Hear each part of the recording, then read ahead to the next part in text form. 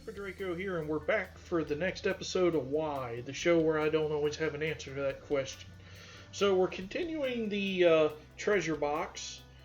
So from where we left off, the last few videos I wasn't feeling very good, so I didn't do a lot of narration. So picking up from there, because I'm feeling better today, we're building the inner box. Basically, the inner box of this is able to be locked or is shut, and you need two little keys to open it. So that's the mechanism we're currently building.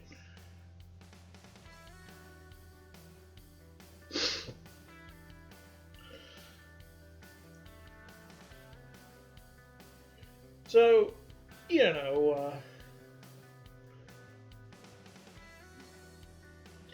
I'm not gonna lie, I'm feeling better because I'm making this video, but I just don't have a whole lot of interesting stuff to talk about this time.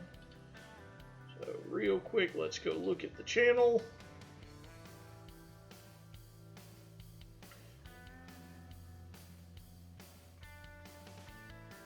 So, same number of subscribers.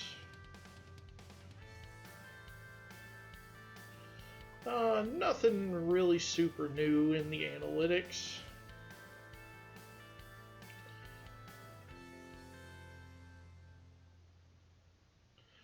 So I guess that's a bust.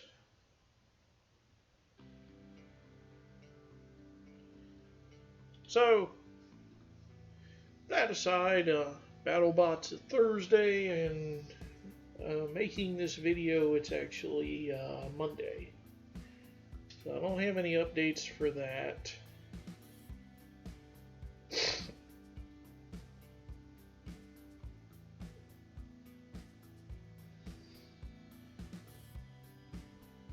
So outside of ranting about how I hate sovereign citizens and First Amendment auditors, but find them and their flawed views of the law hilarious, I guess I'm not going to waste your time too hard on this one, so I guess we'll go to the music, because this treasure box, I keep wanting to say puzzle box, and like I said before, I think it's just because I love the Hellraiser movies, and the puzzle box is one of the big recurring pieces of those.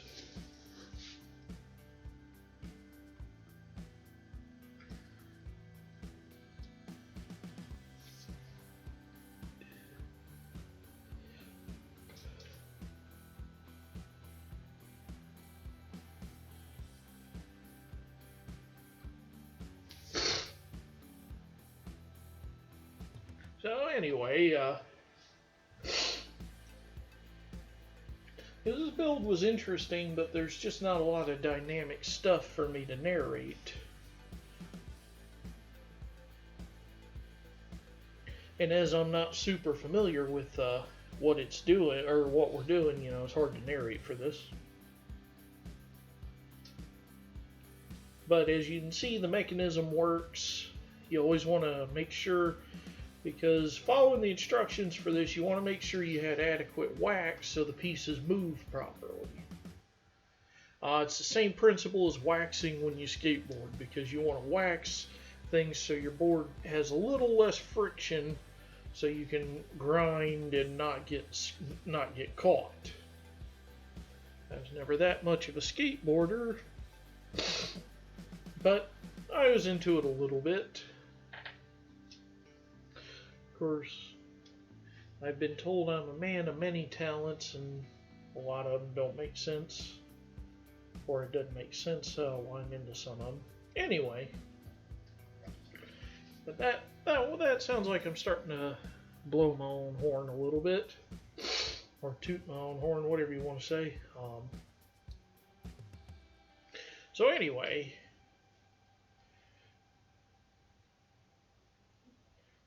now the most difficult pieces I had in this whole thing to fit, you'll notice some of the parts where they're split. So they squish together and then you slide them. So you squish them together, slide the piece on, and then they spread out to hold in tighter. The problem I had is most of those did not want to compress without an excessive amount of force.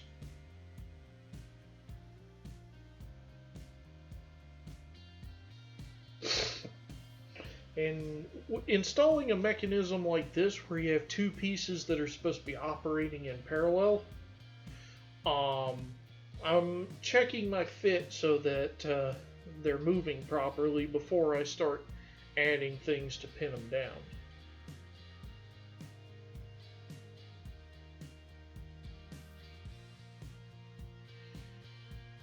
Because with something like this, you want to make sure everything's fit and moving, because basically you're going to get to a point where you really can't go back.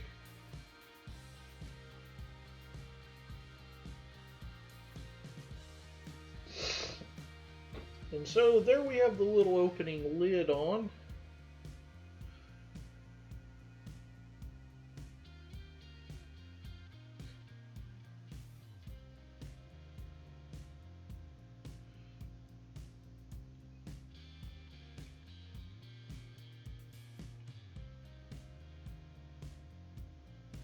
So now I believe these are the shafts that go all the way through it to rotate the cogs and raise up it, because the way the mechanism works is that little storage container in the middle rises up, and as it rises it causes the doors to open because they're all geared together. Now these were horribly warped. So first up, I'm going to sand them and clean them. But if you look at the one laying on the desk, you can just see how bent it is.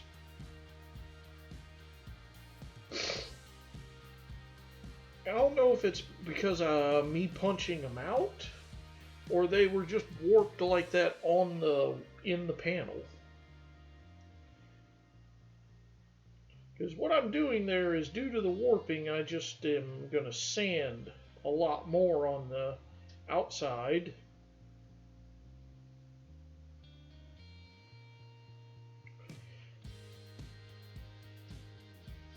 And now, full disclosure, I don't know if it's this set or the other set, but one of these I suffer a major breakage. Now, even though I suffer the major breakage, the piece actually still fully functioned, because I have a bottle of Gorilla wood glue I was going to fix it with, but due to the shaping and arrangement of the box, the break honestly isn't affecting the structural stability enough that I think it needed to be just utterly taken apart and glued. So off topic, Mandalorian Season 3 started. First episode was pretty good. I'm not sure how I feel about the characterization of Bo-Katan, but I think that's a minor concern in the grand scheme. Let's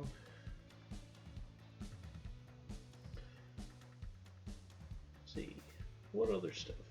Oh, Metroid Fusion is coming to the Game Boy Advance digital or virtual emulator on the Switch if you have the expansion pass. That's cool.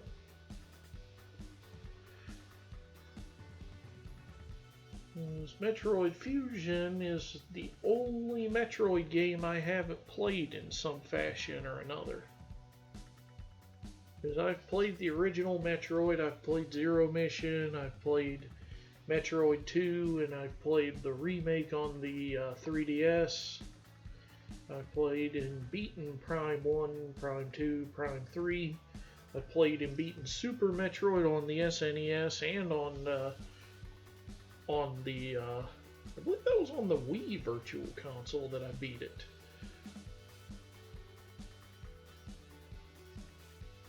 I might play that on the Switch later.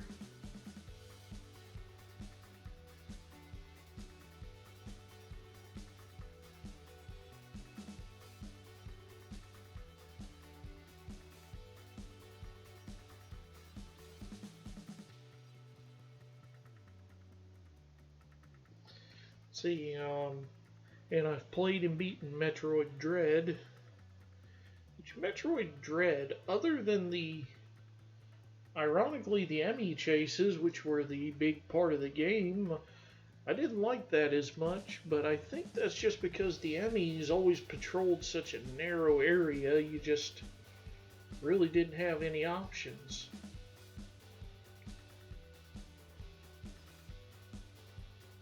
Oh, and although I hated, I did play and beat Metroid Other M, even though, oh, that's a rough one. Because the guys who made that game, it's like they not only do they not understand psychology, but it's also like they just didn't bother to look up the history of Metroid.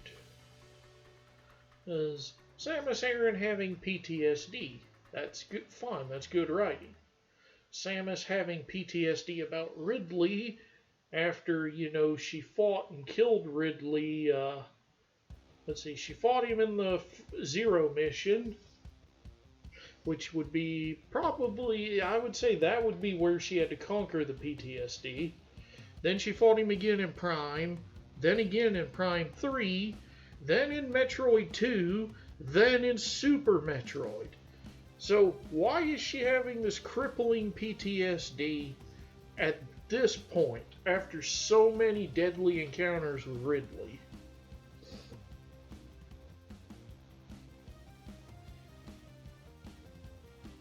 Albeit the clone Ridley stuff, that was actually cool and unique.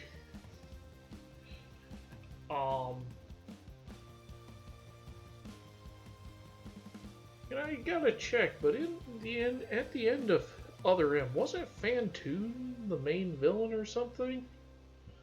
Oh, let's find out. I don't remember, because I played through it once. I got very angry. Well, not angry or anything, but it was just so disappointing and poor.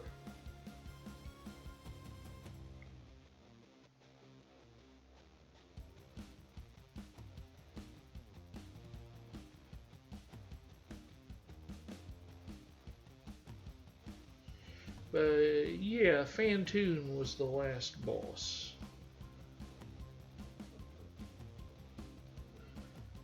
That and Adam Malkovich, I believe his name was, they had changed his character strongly, and I didn't care for that.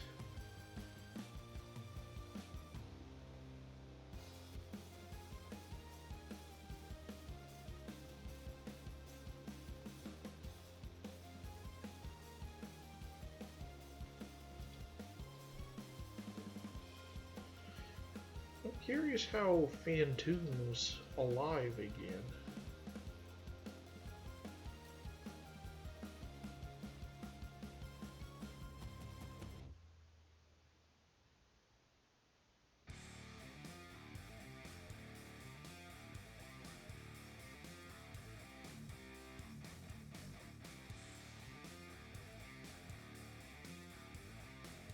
I'm not getting a good answer, so we'll just have to go with it.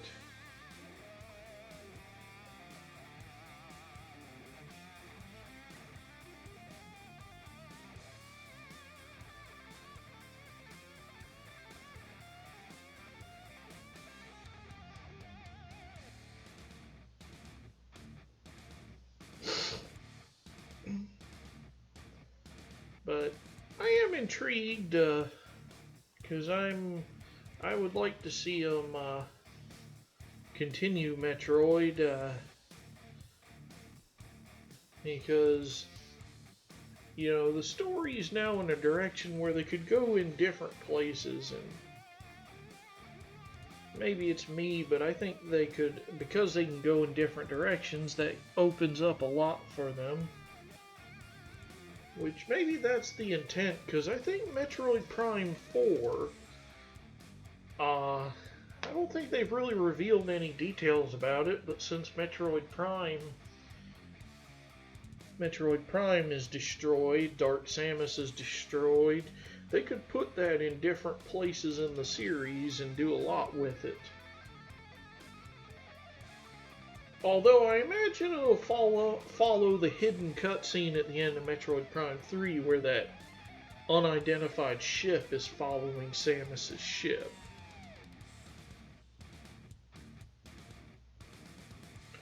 So all in all, you know, there's potential there.